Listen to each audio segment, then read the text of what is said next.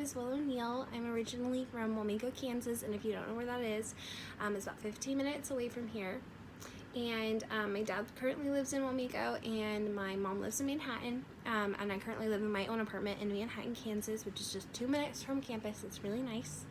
Even though all my classes are online, I still think it's really nice. The reason I'm here is obviously I need this class for my degree. That's no secret. But I've always wanted to work in the school system. My goal is to get my master's in school counseling.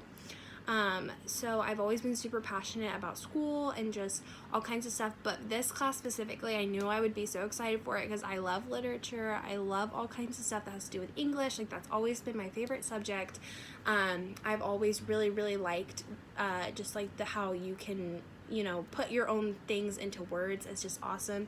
And you can also read other people's thoughts in their books and like through their I feel like you can go through someone's mind when you're talking about like literature and you're like reading their books and stuff. I just think that's so cool and such a unique thing. The first story I remember is The Kissing Hand, and basically it's a story about these this little family of raccoons, and the kids were having a really rough time at school, and so their mom every morning she'd draw a little heart on like the palm of their hand, and she would kiss it and say, anytime you miss me or anytime you're having a really difficult time, just kiss it and you'll think of me. And my mom, so when I was younger, I was bullied really bad. I had just moved to Wamego. It was a really rough transition, and I was just going through a lot. My parents were getting a divorce, just a bunch of random, you know, stuff that was just weighing down on me. And I remember my mom, she read it to me, and she knew I was getting bullied, and any time that she knew I had a really rough day the day before, she would draw like a heart on my hand, just like the raccoons did, and she'd be like, anytime you miss me or anytime you're having a rough time, just kiss it and know that you'll be home and everything will be okay. And eventually she just started doing that every day, and when my sister turns 18, we're actually going to get permanent kissing hands as tattoos, just because that was really sentimental to me. And now when I think back, now that I'm older, I'm thinking, wow, like it was like 6 a.m. and she is like drawing these perfect, beautiful little hearts on her hands, and she is just telling us how much she loves us. And I would love to have that kind of, I would just love to be like that when I'm a mom and when I'm with my kids in my classroom. And that's definitely a book I'll always have on the shelves. I'll always pull out. I think that's so important. That book is just amazing. For The Giving Tree, I definitely, so when I was actually reading through the questions a few days ago, and I was on my laptop and I scrolled like, and it was just hiding the Giving Tree part, the first book I actually remember was The Giving Tree, because my mom was always one of those people who loved to ask for books for Christmas, not like gifts or anything. She's like, we don't need diapers, we don't need anything like that, I want books. And she loved to read. She would read to me every night before I went to bed, and my dad would sing on his guitar to me, so those are really great memories. And so when I saw that and I watched the video, it's a whole different context now that I'm older.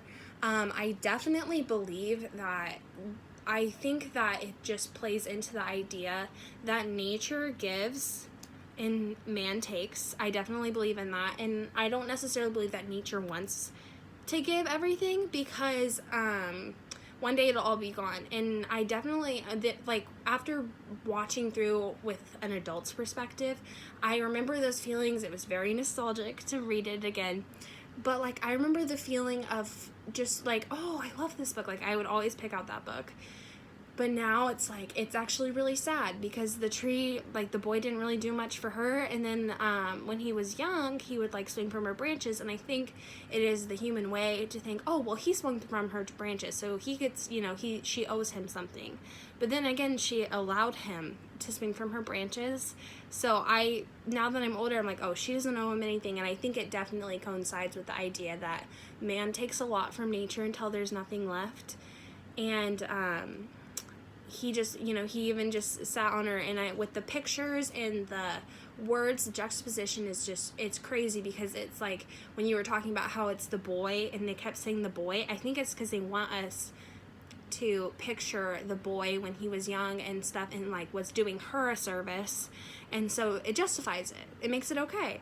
But then it's obviously this old man. And so and then when the tree was happy, it's one of those things where you can't, like, the tree doesn't have a face, but you can obviously tell, like, in the way that the illustrations are, that they are, you know, it sags, or, you know, when it's sad and then it perks up and stuff. But I don't know, I feel like it mentioning that the tree was happy, it says that nature is content with its purpose, but I don't necessarily agree with that, because I feel like nature's purpose is way more than just providing.